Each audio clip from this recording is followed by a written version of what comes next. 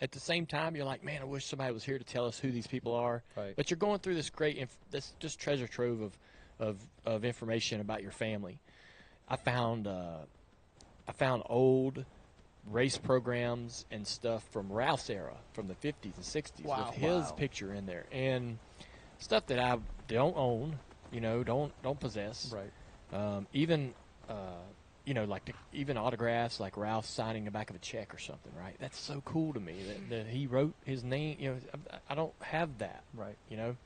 And so we're just going through some stuff, and there was some more current stuff, like even 90s and earlier, some of the stuff about me with programs with my face on them and stuff, and most of the stuff like that I'm not interested in.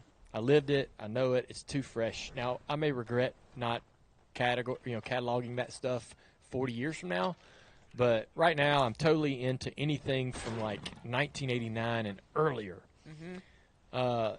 These scrapbooks were yellow. I mean, imagine 1979 scrapbooks. They're bright yellow, gold flake sort of design, kind of cushiony, back, hardcore, hardback, but like a little cushion on it. I don't know. It's a weird. The clear, peel back, throw the thing in there, and whack. It's in there, right? And so, she hands me these and goes, these are cool. Mm-hmm. These are something I made. And she really didn't get she didn't tell me exactly what it was. I open it up, and I'm looking through the pages. I'm like, oh man, this is from the era that I love. Look at this, 79, 80. This has got to be 79, 80. And I'm like, this is like in chronological order. And she's like, yeah, I did it throughout its whole season. I was doing all these local. It's mostly local papers, Kannapolis, Concord, but it's the same writers, right? The same writers for those papers were usually the same guys that were out on the beat for the NASCAR series. I recognize the names, Tom Higgins and all these different guys. And so I'm like, these are great. And there's a lot, and some races are thin. Sometimes, like for a couple races, it's literally just the finishing order. But then there'll be other races where there's multiple articles about the same thing. Like Dad wins a pole somewhere, and there's like 3 articles about him winning a pole, right? That's cool. And so that's in depth. Well, it is. But I will say that where it was thin, it forced me to go find, content around that race. Like dig in and go, well, what happened to Dad this day, right? I see he finished 7th, 3 laps down, but why? Did he? What happened? And so. There's a lot of places to go find information, and I went to a lot of different places that I had access to. Some places that I knew had information that I just didn't have access to. But I'm like, man, I'm really impressed you made these. You got both 79 and 80. I love that I have this.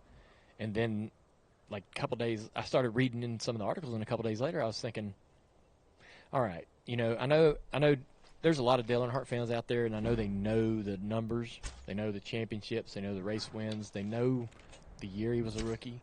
But they might not know the details, and I don't know the details. Mm-hmm. And so let's all learn this together. Let's figure out a way to tell this story. And we're, I don't know how many years removed from that, 45 years removed from that.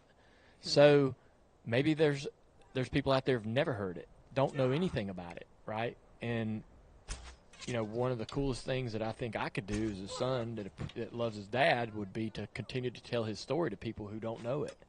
And so I think it'd be a great opportunity. Like I say, if it goes well, we're going to do 80. We have all that ready to rock. It's a lot of work for all of us, but it's fun. It's rewarding.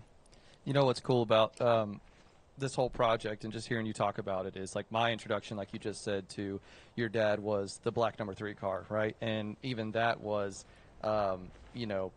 physically with a license plate that was on the front of my dad's truck, and it was a black number 3. And so to hear you talk about, chronicling this for your dad and my connection to racing with my dad, it's so neat, because you're exactly right. It's what a son would want to do for his father. Mm-hmm. And I think that, like you mentioned, this is a passion project. Hearing the first listening party that we did, and hearing your passion come through, it's just true to what we do here at Dirty Mo Media, and that's put out good stories with passion behind it, and really take care of the sport that we've known to grow and love. Yeah. And so this is like, the true origin story for so many race fans, even for someone like me that's gonna know about now the number 2 Earnhardt Yeah. and not the number 3 that I didn't see. So I'm super excited for this. I haven't even listened to it yet, and like the full thing, I'm waiting. We've been waiting for the full I'm gonna wait yeah. to be like I can't believe a it. listener. I got to listen to it with Mike yesterday. Yeah. And I mean, even yesterday we were listening to it. And I'm like, hey, Mike, I see we got to fix this. like the last minute Yeah, tweets. it's Oh yeah, I mean, I want it to be perfect. Yeah, of course. I want this to be Definitely. perfect. And so I'm going to listen to, we're going to be in that post process Right. of making sure it's dialed in. And you were talking about it a minute ago, Dalton, when you think about the Dale Earnhardt that we all know, it's the Intimidator, Black number 3, it's the Man in Black, it's all of those things. And that's the image of him that I have as well. Yeah. When I was reading through all of this and going and writing this show, it really brought to the surface the raw rookie that was mistake prone, Yeah. that was naive, and like in the media, all of his comments were really driven toward trying to gain respect from the veterans. He was concerned about them respecting him. He wanted them to respect him, and he wanted to learn from mistakes. He admitted mistakes. He would shift years down the road to this hard-shelled, I don't make mistakes. Nothing wrong with that. What I do is, I do it my way, the highway. He was this different. He shifted into this different person, right? And what we get to learn about and remember, what we get to be refreshed with, is that in this moment in 1979, he was eager and excited and thrilled and over his skis and problematic and in these articles that we'll read, he does a bi-monthly article, Yeah. right, for a lot of publications. This was probably in the Grand National scene, but it was also in other publications throughout the year. And it was an effort by his publicist and PR group. There was a couple people that he was friends with, that he was working with back in that time, that thought this would be a great idea for fans to get to know you. You're going to write a bi-monthly article. Dad had an 8th grade education. He did not walk up one day and go, y'all, I want to do a bi-monthly article. Yeah. He did not. I got a great idea. Yeah. They came to him and said, you should do this. We're going to do this. You're going to tell it. You're going to tell us in your own words how your season's going. We'll do this together, and we'll put it in a publication. And so he writes these articles, and it's him in his own words. And as I'm reading them to you in these episodes, these are probably the funnest parts, because we get to hear straight from his mouth, in his head, what he's thinking. And he dives into like, well, at Texas, this happened, and this is why we wrecked, and da-da-da. But he also talks about putting a roof on his mom's house, and just being a husband or a son, or and it's sort of the peek behind the curtain, if you will, that the access to be able to hear from him in this moment during this season.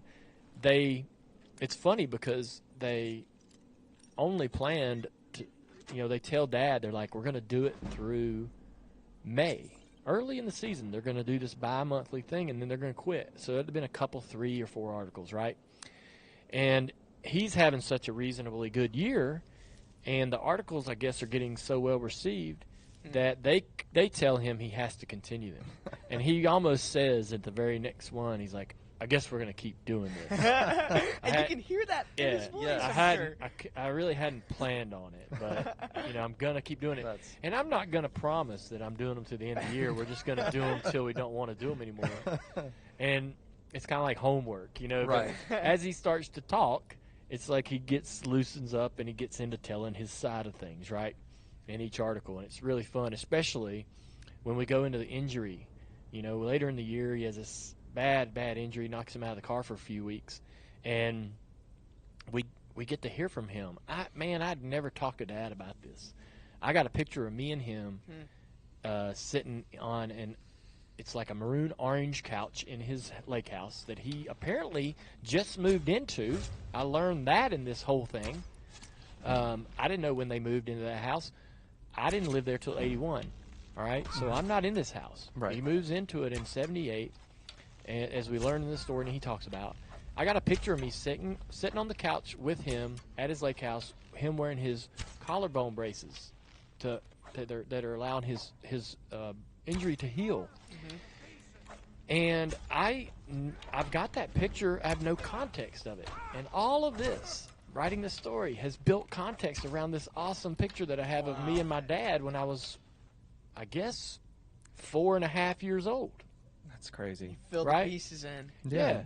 I'm like, okay, I know the year that this was taken. I know what was going on in his life, obviously by the braces and stuff. But I know that he just recently moved into this home. I don't live there yet. I must be visiting him on a weekend. So, you know, to get in the weeds, when I moved in with Dad in '81, I have like one single memory of being with him before that. Right? Like a visitation. Right. I remember being at his lake house and spending the night. And it's like this very, very really small, brief memory of only a couple minutes. But now I know, you know, that we might have went there more than I remember or recall, right? I often wondered, like, how much did I see my dad during the time he was divorced from Mom till '81 when we moved in. So 79, 80, was I around? Did he see me? Did he want to see me? How often did I get to go there with his racing and everything else? And so he has this injury. He's home and not going to the races, and we went there, me and Kelly, I suppose, right? Finding out, learning things like that is been so cool for me in this whole thing. And hopefully we have that same experience digging into 1980. We start uncovering and adding context to images and photos and things that I own and have in my own possession. Yeah. You know, and you mentioned the most fun part was reading those articles from your dad, and it kind of makes me think, like, whenever I see an old picture of my dad, you know, it's like, oh my gosh, like, you forget, like, he was the same age as me type of thing. Mm-hmm. And you going, obviously, through your entire Cup career, he can tell you things about what he faced when he was a rookie, but now you get to kind of read firsthand his thoughts and see it and kind of have that history come alive. Was that neat to kind of just be able to compare what your emotions were entering the Cup Series and navigating times, and like, all right, well, this is kind of his firsthand thoughts on that too? Yeah, I think that was fun to relate to his emotions and his anxieties and nerves, but also his sheer determination to make it. He had, you know, one of the things that I always was amazed by with Dad was, even in the, like, he's been, you know, in the mid-90s, he would go to the racetrack and race like his freaking life depended on it, you know, and he raced hard and mean and never changed. And he had that edge about him and that meanness and orneriness and grit that you would see in a young rookie that's like broke and doing everything he can to make sure he stays there, right? He raced that way as a rookie and kept that energy till the end. And I never understood, like, what motivated him to do that. People relax, people chill, people get comfortable, people, you know, settle into a role, right? But that hunger and mean and ornery side that was always there in that race car never changed. And you know, he was special in that way, because, you know, no matter how successful he got or how much money he made, his driven passion and intensity behind the wheel was the same. And man, it's hard not to change. It's hard not to change. Fame, celebrity, or even just job security and comfort. You go out and win a bunch and you become a champion early. It's easy to go, man, you know, I made it. I don't have to I don't have to be an a-hole, or, you know, you know what, you go ahead. This spot's not important right now. You know, I'll see if I can win, but, you know, I'm gonna race more, you know, reasonably.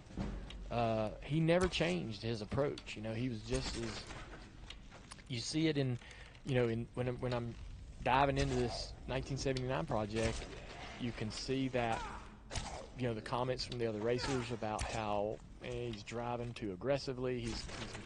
He's got to learn this. He's got to learn that.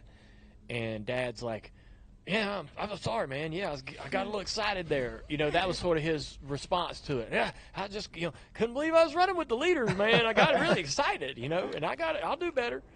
But on the track behind the wheel, like, he never did change that. Right. He got better and smarter, but that to, putting the bumper to you and leaning on you and just taking a race away from you, he never changed how hungry he was. Yeah. That's remarkable. And it's going to be so cool to just see the origin of that. I agree. Yeah. We get to learn Dale before he won a race, before he led a lap, before he became a champion. And it's a very different Dale Earnhardt than the one I think we all got used to. And I'm looking forward to seeing, like, where is that evolution, especially when you follow him that next year, that's a completely different season. One last thing I want to say, and this was important to me, right? When we started talking about this project, Mike is absolutely involved, and Mike loves the Dale Earnhardt story, right? And Mike wants to tell the Dale Earnhardt rookie 1979 story. But one thing that was really important to me was that I found all these funny, quirky little anecdotes that might not involve Dad, might involve other drivers or whatever, and we talk about that, some silly season stuff between different teams and whatnot, and just funny stories. There's a funny thing that happened to Richard Petty the night before the 79 Daytona 500. There's a funny thing about Cale Yarborough's ride home from that race. There's some funny things that happened to Lenny Pond in his career or throughout the year that, anyways, I find these stories while digging for information about this season. I'll find these stories. I'm going to go, man, that's too good not to include. And I really fought for them to stay. And so as it's a story about Dad's rookie year, it's also a story about 1979 being arguably the most important year in NASCAR history. The Daytona 500 is certainly arguably one of the most important races in NASCAR history for 1979. The flag-to-flag coverage, the fight, all the people, 16 million viewers. That's well known. We learned some new things about that race I didn't know. Certainly about Dad's experience in that race that I didn't even know that aren't part of the broadcast or the things that are readily available to you. But we dive into the rest of the year and find all these funny little weird things that happen, like for the Wood brothers, Neil Bonnet, and just chance and lucky moments and breaks that we include. So it's a story about NASCAR. It's a story about that season. It's a story about a rookie that would become one of the most respected and revered drivers in the history of the sport, all encompassed in one thing. Man, you got me fired up. Yeah. That sounds good. I to can't wait for this. Well, Dale, thanks for stopping by Dirty Mo Live and putting this whole thing together. Yeah. This was something, as Mike said today on the download, that everyone should go check out. This was kind of, founded from your passions and your interests, and man, we can't wait. First episode drops. Yeah, go. First episode drops tomorrow, and then every Wednesday, Yep. we'll continue to release episode 2, 3, 4. It's going to take place of our guest segment for a little while during the summer. I think you'll be pleased with what we have for you. So I hope you enjoy it. It's something I've been working on and working hard on, and our whole team's come together to get this out in a quick way for you. So. We're excited to let you have it. Yeah, I can't wait. Get excited because it's dropping tomorrow. Thanks, everyone, for tuning in. Dirty Mo Live. We'll see y'all. Check out Dirty Mo Media on Twitter, Facebook, TikTok, and Instagram.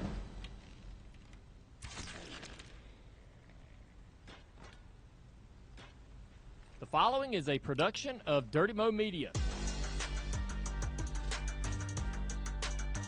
Just telling you, Alex is really nervous. So just make him feel comfortable. It gets really nervous on camera. He's really nervous. We're live. Okay. Awesome. This is like the third time someone said we're live, but this is the only actual time that we are live. First two people were just joking around. When did they say that? I don't know. You were here when we were... Anyways, checking mics. Andrew Curlin here, Dirty Mo Live, here with Travis Rockhold. Alex Timms, producer of the Dale Jr. Download. Timms, welcome. Thanks. Hey guys, Eric Bischoff here to talk to you about my friends over at SaveWithConrad.com. Are you looking to get out of debt? Conrad and his team can make that happen faster than me firing the hockey talk man. Wow. And you know that controversy creates cash, right? Do you know what doesn't create cash? Credit card debt. Save with Conrad can help you consolidate high-interest credit cards and all of your other debt into one low monthly payment. They can even help you get the cash you need for home improvements or anything else. They've helped 83 Weeks listeners save $500, $600, $700, even $800 a month. Seriously, your papers are going to go down faster than Nitro ratings in 2000. Ouch! And how about this? No house payments for 2 months. That's right, no house payments for 2 months. And unlike the dirt sheets, man, the reviews do not lie. With over 1,000 5-star reviews, find out for yourself how much Conrad and his team can save you by checking out SaveWithConrad.com today. Be grateful you did. NMLS number 65084, equal housing lender. Woo! Welcome to Something to Wrestle with. Bruce Pritchard. Well, you know, that's not a rib. She pooted. What a rib? No, yeah, there's no box of gimmicks. Rumor and innuendo. I don't deal in rumor and innuendo. And was he there? I was there. I don't give a shit. I ain't scared. I ain't scared of shit. Fuck him. You, Bruce. I love you. Double cheeseburger. Double cheese.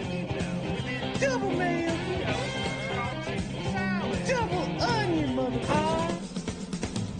Bruce Pritchard. Hey, it's Conrad Thompson, and you're listening to Something to Wrestle with Bruce Pritchard. Bruce, what's going on, man? How are you? Word to your mama. Bruce is sleepy and tired and stressed. That must mean it is time for Something to Wrestle with Bruce Pritchard. And today we're picking up where we left off on the one and only Mr. John Cena. Of course, we have done a John Cena episode back in the archives. I highly recommend that you check it out if you haven't already. I have a question for you. Yes, sir. You're a watch guy. Yeah. Okay. You ever notice sometimes, man, people will be wearing watches and the time on their watch is not even remotely close to being the time of day in which you're... Oh, okay. So you're saying the watch is dead and they're just wearing it as a fashion piece? It's like a fancy bracelet. Yeah, or it's I don't know. Not even dead. But yeah, it's just not. It's like, wait a minute, how come this watch isn't? There we go. Okay. I just noticed that the other day. I was like, What you saw, you noticed a lot of people were wearing watches that didn't have the actual time? It was completely incorrect. Yeah, those people are not really watch people. They're just trying to coordinate. And here's the deal, like, I got a watch just laying over here. They got a 40-hour power reserve, right? Most of them. Dude, you got watches laying everywhere, though. Well, sometimes when I record, I'll take that or whatever I'm wearing off so I don't bang it on the desk. That's what I do. I bang, yeah. You banged a lot of things in that watch. Yeah, it's been banged. Yeah, it has. So listen, the John